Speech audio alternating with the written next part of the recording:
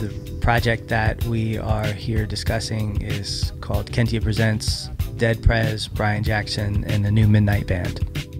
It's coming out via Motema Records. The project is basically a continuation of the work of Gil Scott-Heron, Brian Jackson, and the McKnight Band. This is really the tradition of the griot. Sort of a current events class with a beat. Yeah, we're gonna let you know what's going on, but you're gonna have a good time finding out. We're working with Dead Prez primarily and a host of guests, including Chuck D, Wise Intelligent from Poor Righteous Teachers, Killah from the Wu-Tang Clan, in addition to a variety of instrumental guests, such as Stanton Moore from Galactic, Blackbyrd McKnight from Parliament Funkadelic, Bill Summers and Mike Clark from the Headhunters. We have Martin Luther and Gregory Porter as singers. We also have a tribute from Abiodun from The Last Poets. Bobby Seale, who was the co-founder of the Black Panther Party, he's hosting it in a sense. He's got a few pieces in there. He does a couple of poems and sort of provides perspective. McKnight Band was a configuration of the band that Gil Scott-Heron and Brian Jackson had. Its landmark album was First Minute of a New Day.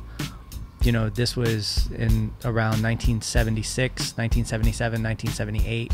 That's when the McKnight Band was most active. It was distinct from the other bands that Gil and Brian had in that it was more abstract. They were more willing to include free jazz. Also, too, the rhythms were more complex and it was very, very funky.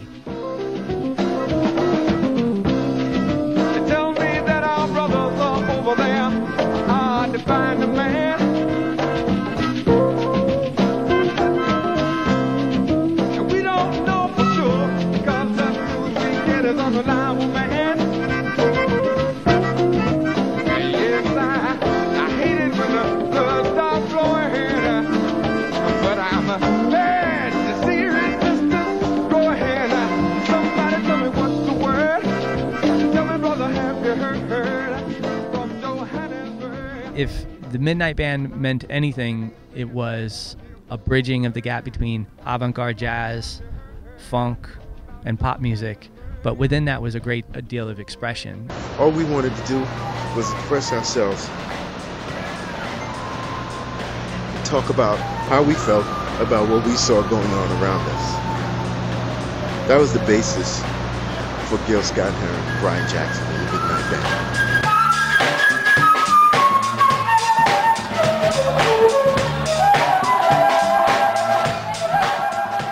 Brian Jackson is extremely significant in the history of funk, jazz funk, and sample-based hip-hop.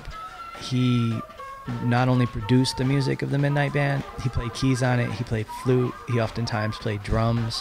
When they talk about Gil Scott-Heron being sampled in hip-hop, which he's been sampled many, many times, it's generally Brian that they're sampling. They're not sampling Gil's voice, they're sampling Brian. The phrasing on the keys, the arrangement of the songs, you know, that's all him. The other significant thing that's happened during the process of making this project is Gil Scott-Heron passed. And the legendary poet and musician Gil Scott-Heron has died at the age of 62. Best known for his piece, "The Revolution Will Not Be Televised," Gil Scott-Heron was considered by many to be the father of hip-hop. Chuck D of Public Enemy said last year, quote, "You can go into Ginsberg and the Beat Poets and Dylan, but Gil Scott-Heron is the manifestation of the modern word. He and the Last Poets set the stage for everyone else." It's less a tribute to the man in particular and more of the man's work, which is a far greater tribute, you know, because it means that the spirit of it will live on. You know, the role that he played will live on and does live on, you know, in the hearts of Chuck D and Public Enemy, in the hearts of Dead Prez. Dead Prez are those dudes, man. They're those guys that are trying to stir up the pot, trying to make something happen, trying to make people think, trying to make changes. They're about that. They're about that in the same way that Gil was about that. For us, I guess, you know, the distinction in the politic is that we have a revolutionary politic. We have a politic that wants to empower ourselves, that wants to empower the listener, that wants to empower the community, you know what I mean, on a holistic level. So we strive to communicate that in ways that are relatable to the streets. You've said that the ruling elite is one of the bigger problems as to why, you know, the working class is in trouble and really struggling right now. And you have a song called Know Your Enemy. Who is the main enemy of the common American people? Our main enemy is ignorance, not a proper political education. This is the enemy of our people, because once we can understand, diagnose what we're living under, all human beings who recognize that me and you have human rights will fight for the rights of human beings. The way we are being governed now treats a good sector of our people less than human in this country. Nothing short of revolution, but there's so many steps. There's so many steps in empowerment of our people. And the enemy out of this particular time that we're in is lack of information and political education. I want to talk to you about the events in Egypt, the poverty of the people that led to these uprisings. Do you think the U.S. political elite should be fearful that something similar could come here? I think the conditions are ripe for there to be uprisings in the same manner, because the same set of conditions that existed in Cairo exist in New York City, exist in Miami, Florida, exist in Los Angeles. You have a ruling class with an abuse of power. I'm hoping what I can do is just like be an instrument, one of the many instruments that can further harmonize with this voice that's timeless, in its reason and its how poignant it is and what it means for our people still. You know who I was just thinking of? Sun Ra, and I was thinking of, like, you know what I'm saying, Roy Ayers, Fela, you know what I'm saying? I was just thinking, what would these things, they would take off all they just be with their draws on stage to that. Like my mama sister Asada would say, I'm a reluctant revolutionary. You know, I had no idea this was the task I was signing up for 18 years ago when I called myself trying to rap. But I take the responsibility with very careful hands, because I know the people who pass me this thing, and I dare not fumble this ball. See, I was always looking for something more than revolution. To me, revolution was a cycle. The way the earth turns around the sun. You start at one point, you go 360, and then you end up at that same point again. To me, that's not really change.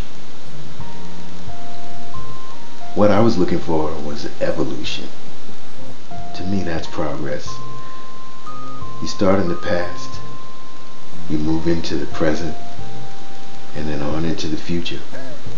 And hopefully, along the way, you learn some things. Learn how to make things better. How to become better. You know how to clap your hands, right? That's what I'm talking about. Interestingly, the astrological historian Rick Tarnas has a book called Cosmos and Psyche. He's for a long time talked about this thing called the Uranus and Pluto conjunction, which is a particular astrological configuration that when it occurs, a great deal of social change occurs as well. The last time that this conjunction occurred was in 1966, and at that point you had, you know, the French uprising, stuff in Cuba happened, Algiers, America occurred. You know, there was a good deal of social change around the world. It could be a metaphor in a certain sense, in that we are going through now something hopefully similar to what was occurring in 1966 in those eras, where, you know, people are seeking to rearrange and take back power to look out for the masses over the elite few. Brothers coming on strong. Sisters too. Said I believe we're gonna get it. It won't the Black Panther Party, their program, not just the hype, but their survival programs and their international ideology of liberation. You know, I think they probably have one of the most, in the history of our struggle in this country, the most clear, the most relevant programs that can unite all kind of people, you know, because they was focused on the bottom line. Politics. What is politics? What is politics? You think politics starts with a seat in the assembly? No, it doesn't.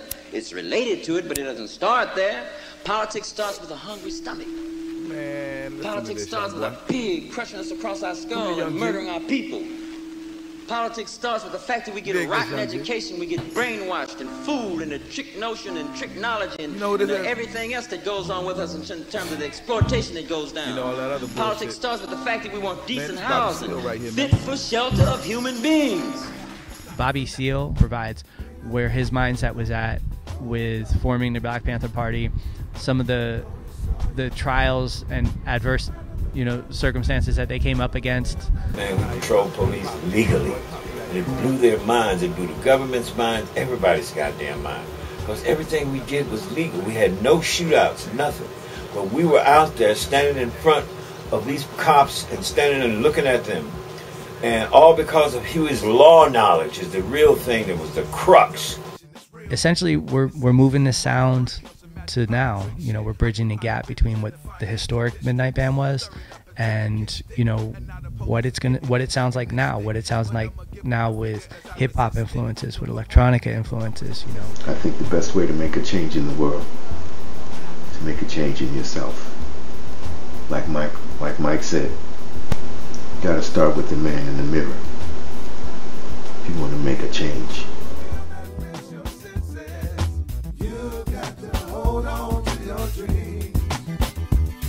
Hold on, we got to get in control of something.